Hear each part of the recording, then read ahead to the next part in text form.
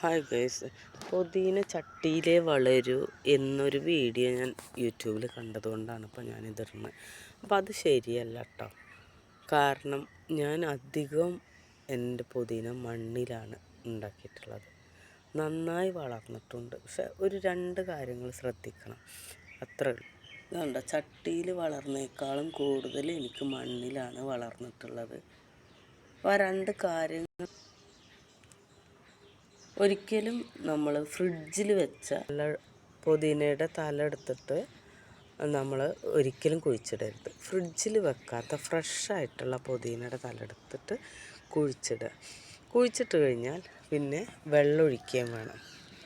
അപ്പോൾ അതാണ് ഇതിലെ മെയിനായിട്ടുള്ള കാര്യം. ഒരിക്കലും നമ്മൾ ഫ്രിഡ്ജിലോ ഒന്നും വെച്ചത് പഴയതോ ഒന്നും പറ്റില്ല. ഫ്രഷോടുകൂടെ അതിൻ്റെ തല തന്നെ. ഇപ്പോൾ കടയിൽ നിന്ന് വാങ്ങുകയാണെങ്കിൽ നമുക്ക് അപ്പോഴന്നെ അത് കൊടുന്ന്, കടയിൽ ചിലത് ഫ്രിഡ്ജിൽ വെച്ചിട്ടുണ്ടാവും, കടയിൽ അത് വാങ്ങിയിട്ട് കുഴിച്ചിട്ടുണ്ടാവില്ല, ചീഞ്ഞു പോവുള്ളൂ.